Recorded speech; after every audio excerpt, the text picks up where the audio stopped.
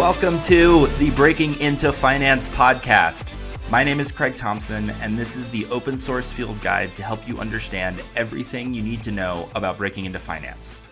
Let's dive in. Hey everybody, in today's episode, we're going to hear from Gurjeet, who's a sophomore at Princeton. He actually found me on Reddit of all places, and he had a couple really great questions that he was kind enough to let me record and then post for the world. A lot of these are focused really on undergrads who are trying to evaluate a variety of different career paths that could range from investment banking to investing to consulting to entrepreneurship. And so we talk a little bit about kind of tips and strategies I have for how to think through pros and cons of various approaches. This is part of a broader thing that I'm going to be spending more time on, is hearing more campus voices and having more conversations with folks who are current students debating a variety of potential career paths and roles. So a lot of the next upcoming episodes will be a mix of continuing to hear in interviews from existing, professionals who are in finance, as well as from students. Interestingly, I just spent a couple of days at Middlebury College doing a bunch of guest lectures, and they were very generous to host me, and I hosted some one-on-ones as well. So I'm also going to spend a little bit of time debriefing on some takeaways that I got from my experience there that I think will be helpful for the group. Well, without further ado, here's my conversation with Gurjeet. So a little bit about myself. As you know, my name is Gurjeet Singh, rising sophomore at Princeton, majoring in RP, which is like the financial engineering major here. And I'm interested in investment banking, private equity, consulting, basically high finance. Yeah, so I'm curious what's on your mind. Yeah. So I saw on your LinkedIn that you did private equity as well as investment banking at Goldman. So I wanted to hear, like, hmm why did you choose to do MBA when you were already successful at KKR at Goldman? What was the reason? It's a great question, and it's actually a very typical path for people who do the 2+2 start to their career. So 2 years in investment banking and then 2 years in private equity investing. There are a couple reasons for it. The biggest one is that long term, anything in the finance industry broadly, it's all about relationships. And at the end of the day, if you are you could be a brilliant financial modeler, you could be excelling internally, but the more senior you get, the more important sourcing is to the types of works you're going to be doing. And when it comes to sourcing and when it comes to doing due diligence, private information and network is huge. It's critical. And so the number one benefit of going to the MBA is it's not like a 1 or a 2 year, or even necessarily a 5-year great return on your investment. But at some point in the next 20 or 30 or 40 years, or however long you're working, there will be a deal that you get and that you win as a result of someone that you met in the MBA program. Or there will be a deal that you turn down because you learned something bad from something you heard from someone. So it's largely kind of a long-term investment in networks and in your career.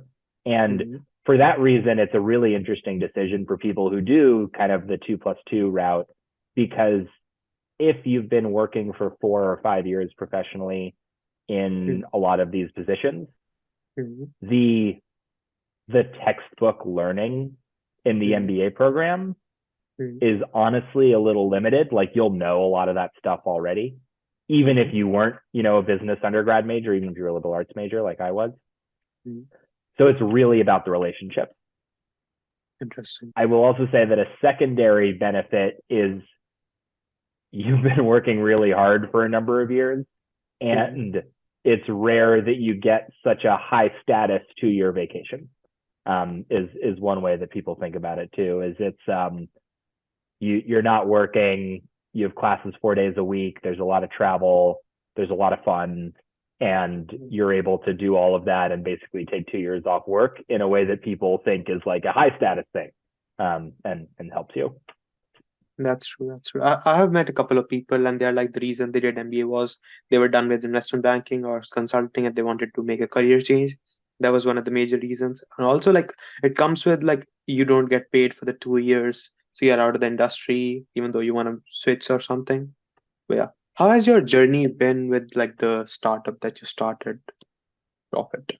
It's man, The startup journey has been a really fun one. It's been ups and downs. I think the main thing that I've loved is that a lot of the work that I do, whether it's, late nights or weekends, I feel energized when I head into doing those jobs. And that is a big difference I've found relative to my experience, working for somebody else, which is basically to say there are going to be projects that come along that are great for the firm. It's a great learning experience for you. Like if a deal goes live and all of a sudden, but there is a part of you that's like, well, darn it, my next 6 weekends are gone. Or well, like there goes my sleep for the next month. And so there's some element of imperfect alignment between what's good for the firm isn't necessarily good for you personally, at least at a junior level. The more senior you get, the more kind of interconnected your comp is to the performance of the firm.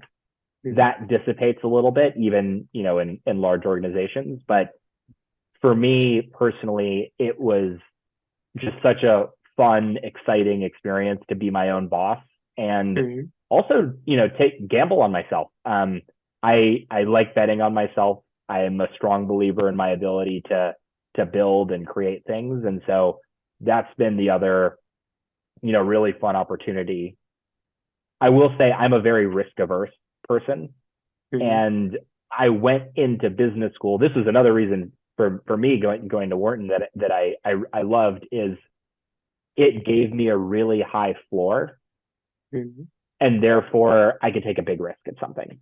Like if I just quit my job and then started the startup and it flopped and it just was like out of the gate a failure, I would have been marketing myself off of this most recent failure. Whereas in business school, I felt like, hey, worst case, it's a disaster. And I just won't tell anybody about it. I'll just say, hey, like I got my MBA and now I'm here. And it turned out to be the case that, we got a lot of great early traction. We built a fun product. We raised some capital. That experience was kind of and this is now in 2020, 2021. And so for the last couple of years, it's been fun to, really build that business. And, it's been kind of a weird market. So it's full of ups and downs, but it's been a tremendous, tremendous experience. And I've learned so much more doing this than I, could have possibly done in any other role. Interesting. Another thing I saw was that your MBA was during the COVID time, like 2019 to 2021. So do you think you should have waited for the MBA? You knew COVID was coming or something? Or did you have the same experience regardless of COVID? COVID was bad for the experience. Unequivocally, it hurt the experience. I'm sure, it's the same. I definitely have a lot of empathy, especially for undergrads who had kind of a COVID impacted experience, because the interpersonal dynamics are huge, at any point. It's particularly formative in undergrad, and it's a huge part of the MBA experience. You just heard me talk about, the value of the network and kind of like travel and shared experiences. And my first year as an MBA was pre-COVID, it was really kind of March of 2020. So I'd completed almost all of my first year at that point. And to that extent, I did have a totally, unaffected, most of the first year. It definitely negatively impacted the overall experience second year. But for me personally, because I was spending so much time building the startup, and I was also in a dual degree program in the engineering school, taking like a lot of like computer science classes, like data structures classes, that was real school. COVID definitely negatively impacted the experience, but it was much less of a negative for me personally, just because of the stuff I was working on. Interesting. Another thing I saw was that you majored in math and econ at Middlebury College. So do you think as investment banking does not use coding at all, do you think people should have some coding skills for investment banking or like early career in general or not? Yes. And I actually took 3 computer science courses as an undergrad. And I think that was not something that I used directly, but it made me a little bit more comfortable with kind of the I'll call it pseudocode elements of Excel. There's Mhm. definitely a place for a little bit of VBA code, if you're feeling frisky. And now I think there's like new like Python integrations with Excel too. So I Mhm. strongly suspect that the next generation of investment bankers Mhm.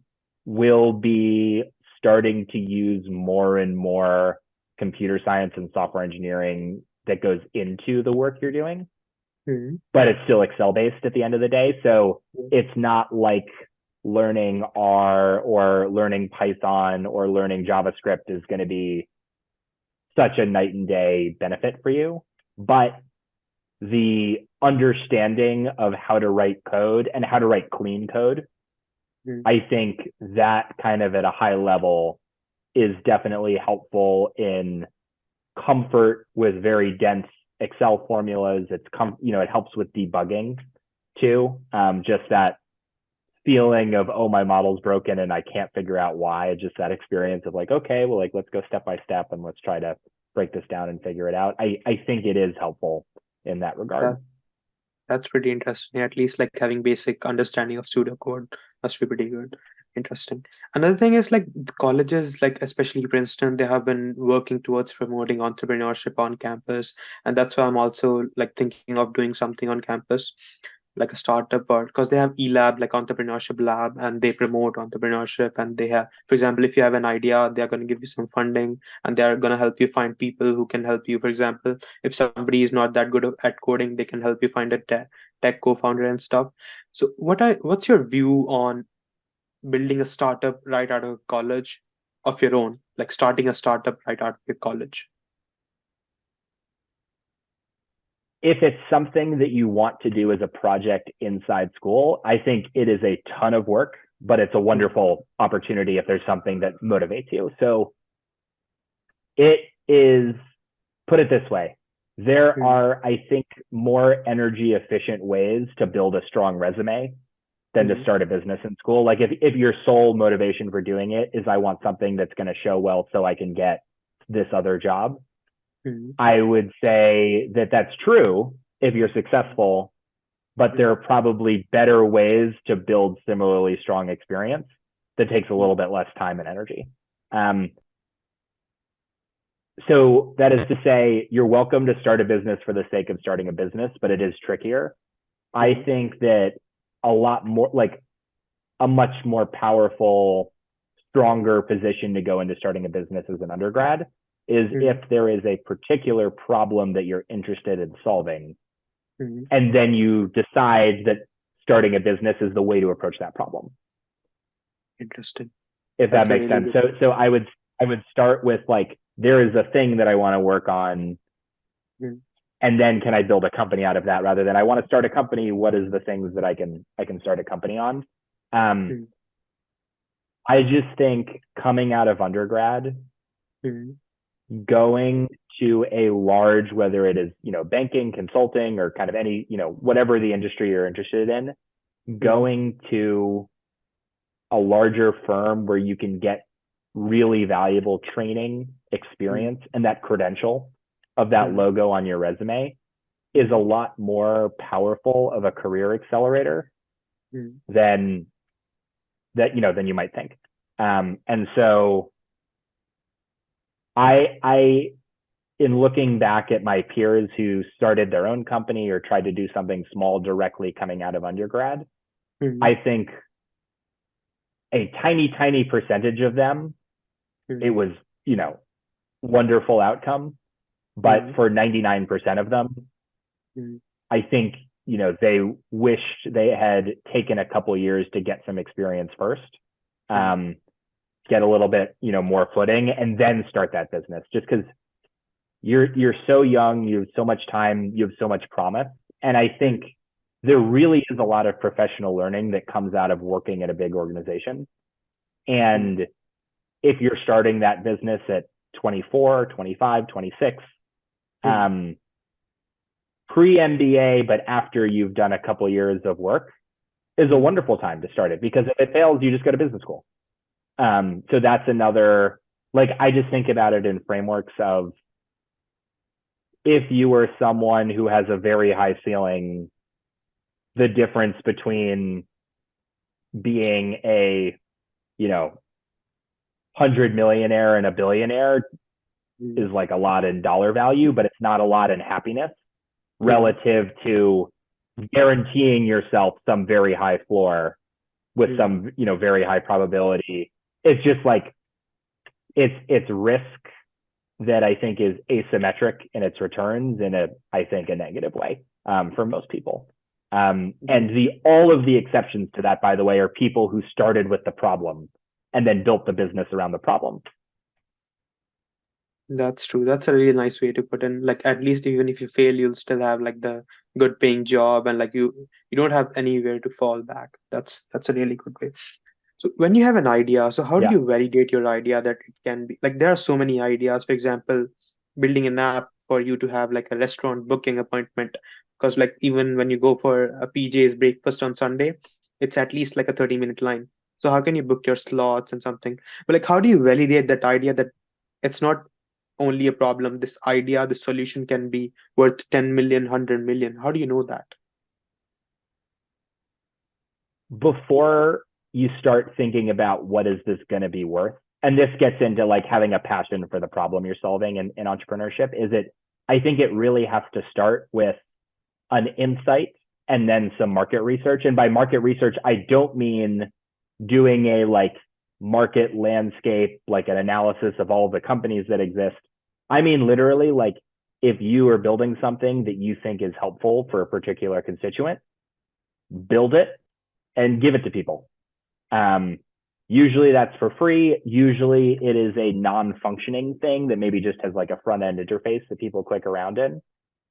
And see, one, is it something that people like?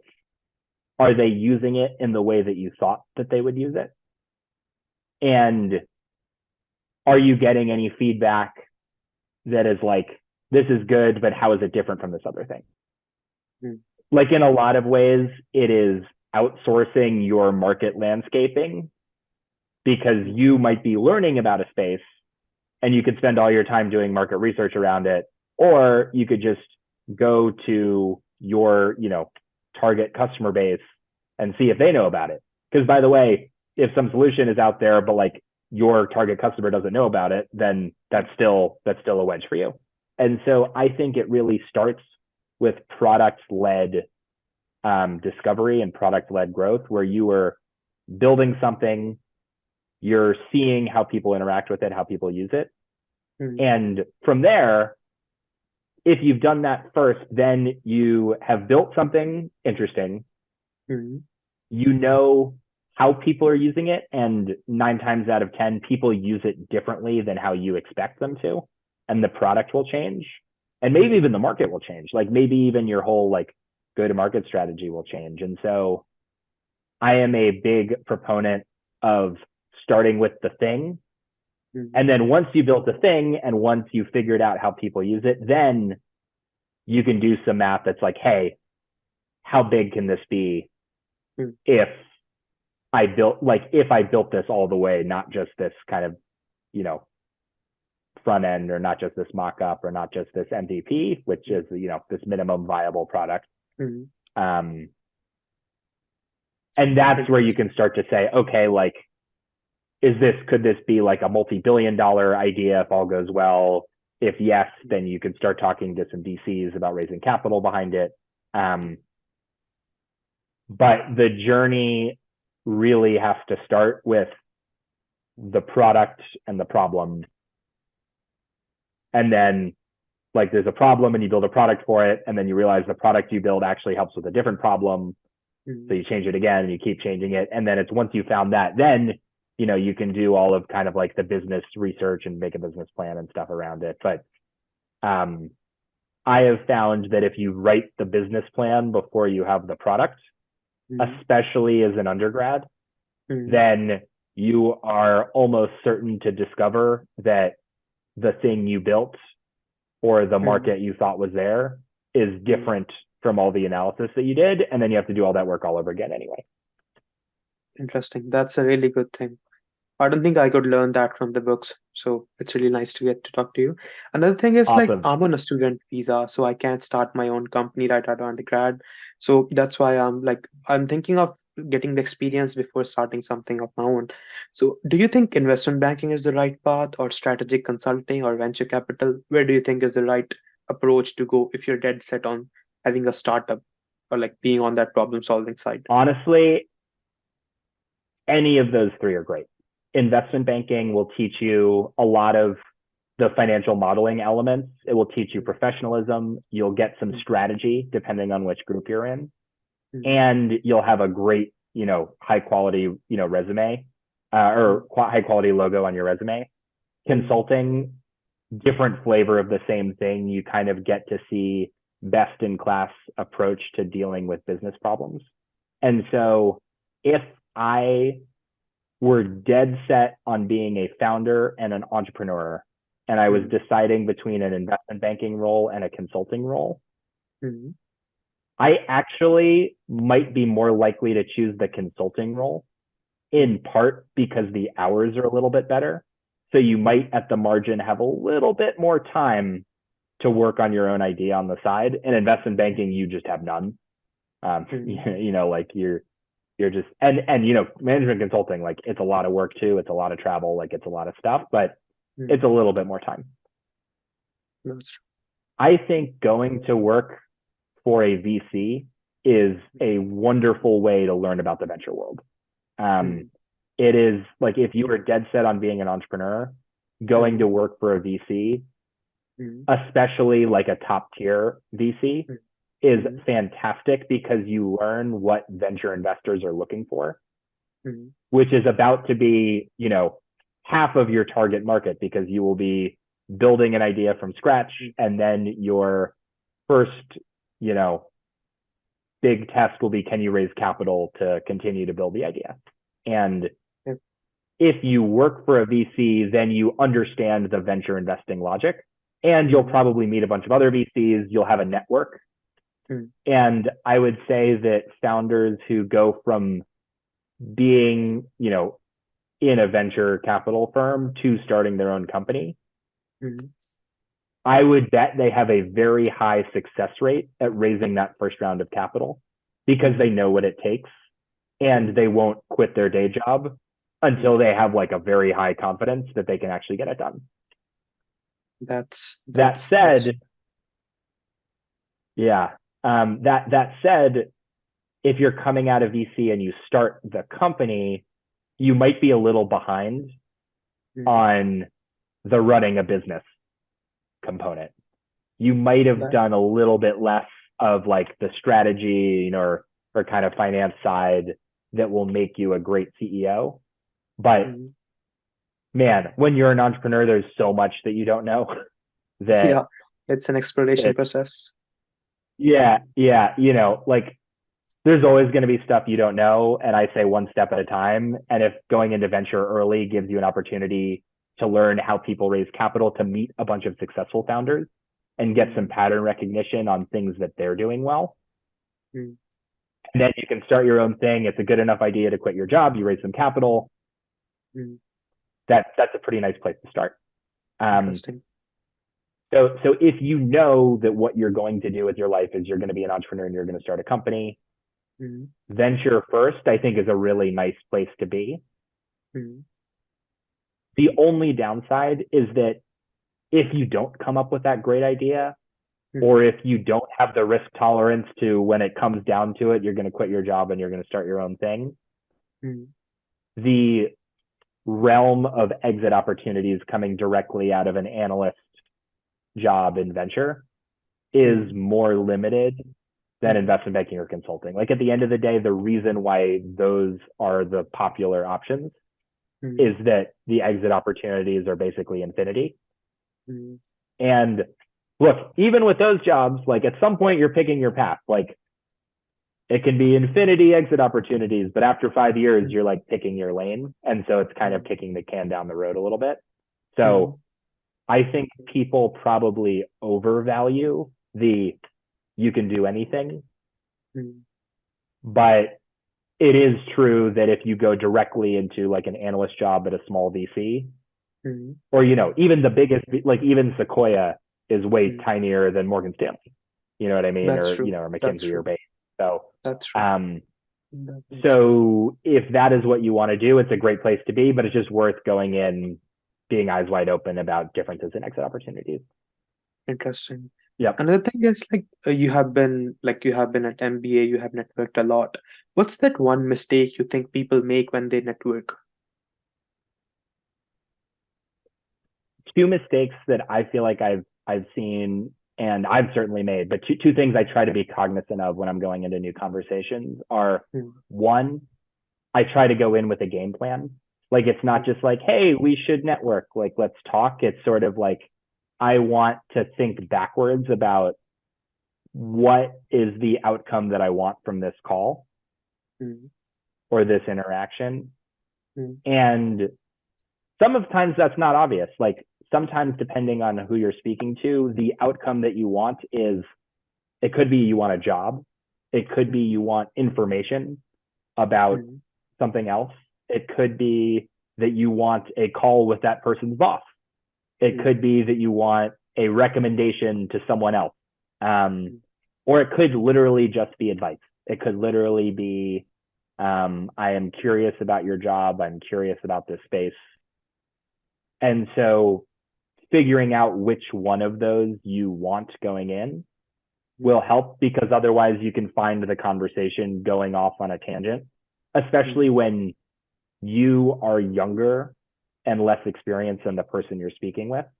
mm, As we're doing here, I think, I'm dominating the conversation here. Like I'm the one who's doing all the talking. And, mm, we structured this as like you had some questions to ask, but if you just hopped on and were like, so tell me about yourself, it's a lot mm, less helpful to you than like you've clearly like come in, you've thought about, some questions or, some ideas you had. So mm, that's part one. mm, Part two is try to put yourself in the shoes of the other person as best you can and mm, think about what they're going to respond to.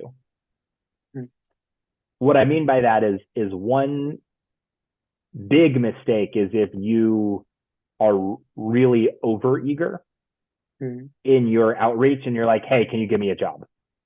mm, That is something that kind of like puts pressure on the other person in a way that like they might not want to do. Or if mm, you're like, hey, I'm looking for inside information or dirt on like this company, what can you tell me? Like if they've never met you before, they're not like, even if they know, they're not going to tell you, like, mm, because that's bad for their reputation if they're going around and like spreading rumors or like talking about something. Um, so just be really careful or mindful about what types of questions might help relationship build. mm, And there's actually, it's kind of funny. So KKR, which has this maybe this image from the outside is everyone is extraordinarily analytical and like hardworking and hard driving, which is all true. Like that's 100% true. The emphasis, the core emphasis from the senior most members of KKR, whether it's George Roberts, Henry Kravis, is like and trust. The mm, only way that all of your analytics can matter is if you're building trust mm, with people when you're interacting with them, and if they mm, like you. Because if they like you and they trust you, then all of a sudden they're willing to open up and engage or help you or kind of trust you in mm, some interaction or in something that you're looking for. So in every interaction, it is all about building like and trust. And then you on your own can run your own analysis. You can do your own kind of like analytical work. Um, mm, and if you're networking, mm, it turns out that if people like talking about themselves, mm, and if you just get people talking, they mm, will like you. It's a weird reality of human nature that mm. you could say 5 words if I say 10,000, which is sort of like what we're doing here. And, I'll get off this call and be like, hey, Gurjeet, like, he was great. Thank you so And much. then someone would be like, oh, yeah, like, what's so great about him? And I'll be like, well, he asked good questions. It's like, at the end of the day, I like you because I talked about myself a lot and you listened. And so asking questions that get people talking when you're Mm, networking is a wonderful way to network, because they'll exit that conversation being like, oh, I really liked that person, and you didn't even have to demonstrate that much. So those are a couple of pieces of networking advice I've picked up. That's interesting. I get the like part, that you can get the other person to like you, but how do you get the other person to trust you when you don't work at the same firm? Or for example, when you were at Goldman and you were talking to people at KKR. So how did you build the trust part when you were when you didn't know anybody? A lot of the trust factor is showing up when you're going to show up. Like if you make a call scheduled, or you're going to meet someone in person, get there early to make sure that you're there on time. Just be consistent, be reliable, be honest. Like don't talk about some experience that you think is impressive if you only half were involved, or don't bring up a fancy group project where you did 10% of the work, because if they ask you about it and they're asking you about details and you're like, well, like I didn't do that part, just like be your best self, but still be yourself in those interactions, because that's one thing that destroys reputations, is if you're misrepresenting yourself in some way. That's true. So I think that's the biggest thing on the trust side. And as those conversations evolve, if you're talking to peers, if you're talking to people who are younger than you, just, show up. And if you say you're going to do something for someone, then actually doing it. Or, if you talk about doing something, but then you don't do it, all of those things impact trust. That's true. That's definitely very true. Interesting. Another question is what was the one quality that any intern when you were at Goldman or KKR had that made them differentiate from a good intern to the best intern? What was the one quality? I didn't directly manage any interns at KKR. I think now they have an analyst program, but when I was there, we didn't have any undergrad interns, but I had lots of interns that I helped manage, and I interviewed a lot of interns at Goldman. And the number one thing that you can do is attention to detail.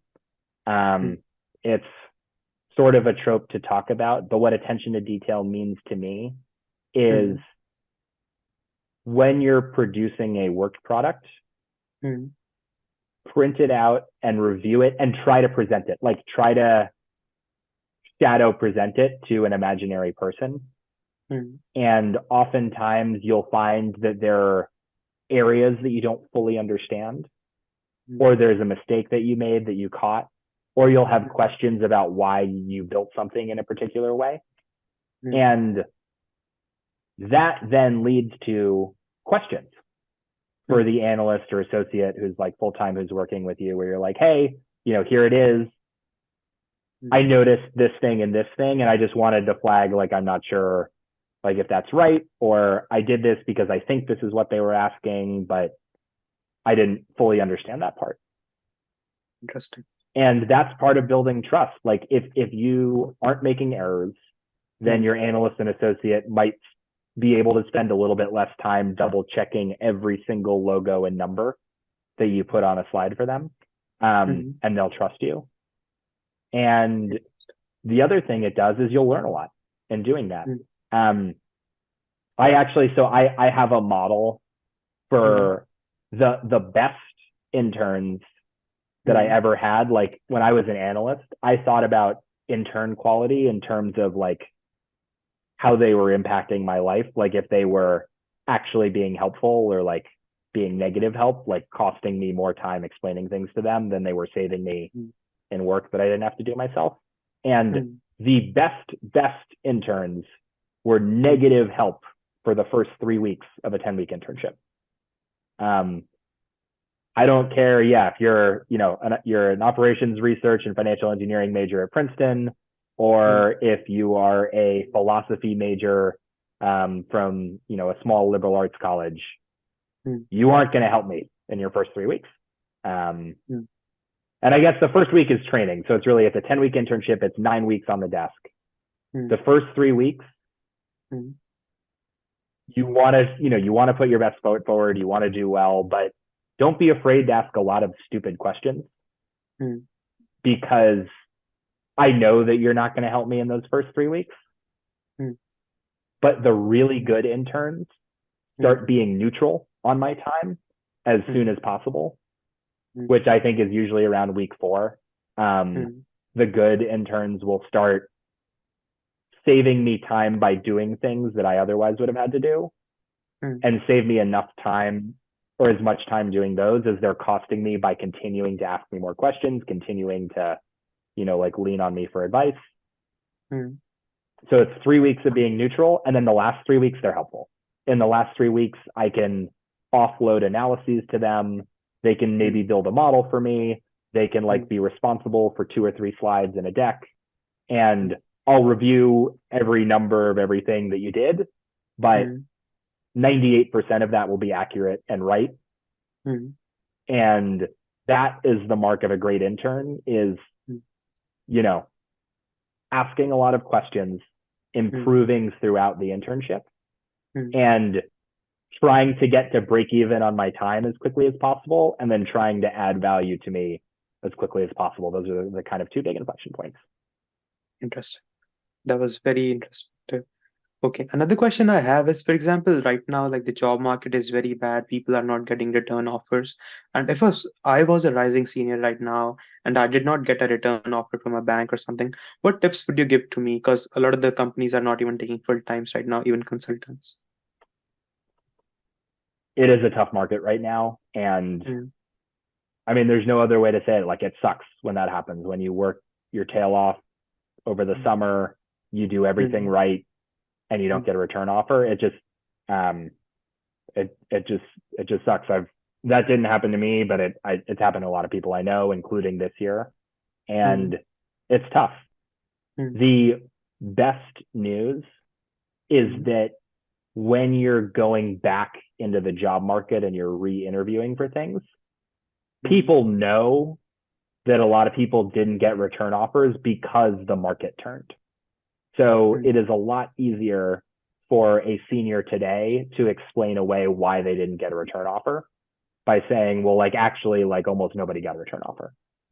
And so not getting a return offer this year doesn't necessarily show poorly, or it doesn't mean you were a bad intern. It doesn't mean you did a bad job. You might have done a fantastic job and it was just kind of the macro environment that hurt you. And so there is an external factor this year that you can kind of blame, quote unquote, which is the biggest thing I'd say. Interesting. And in other years where it's like everybody's getting jobs and like they can't hire people fast enough, if you're not getting a return offer there, it looks a little bit worse. That's But that doesn't help people get, it's like, it's great that it's like, you can not get a return offer, and it's okay to, like, you feel bad, but you can know it's not your fault. Like, there's other things going on, that it's not a rejection of you. It's just a result of the market. In terms of getting those jobs, look, it's tough right now. And the best piece of advice I can give is that everybody's personal financial situation is different. And if you have the, personal and family resources to prioritize experience over upfront payment, take advantage of it, because that is a massive advantage that, you can continue to build experience that will help you get, those high paying jobs with those high paying trajectories at whatever stage you can pursue it. And the more you can invest in yourself and prioritize experience over short-term money, take it. I recognize that's not true for a lot of people. And a lot of people like can't, don't have the luxury of that choice. And in that case, I just say, like, do what you need to do to take care of yourself. And it's unfair, it's hard, but with the time you have in your spare time, just keep trying to focus on, whether you're taking the subway to work, whether it's weekends, try to take time to invest in yourself and try to think about those long-term goals. Interesting. That was pretty helpful. And that was all from my side. Any other tips for me or other college students who are going to start recruiting for IB next semester?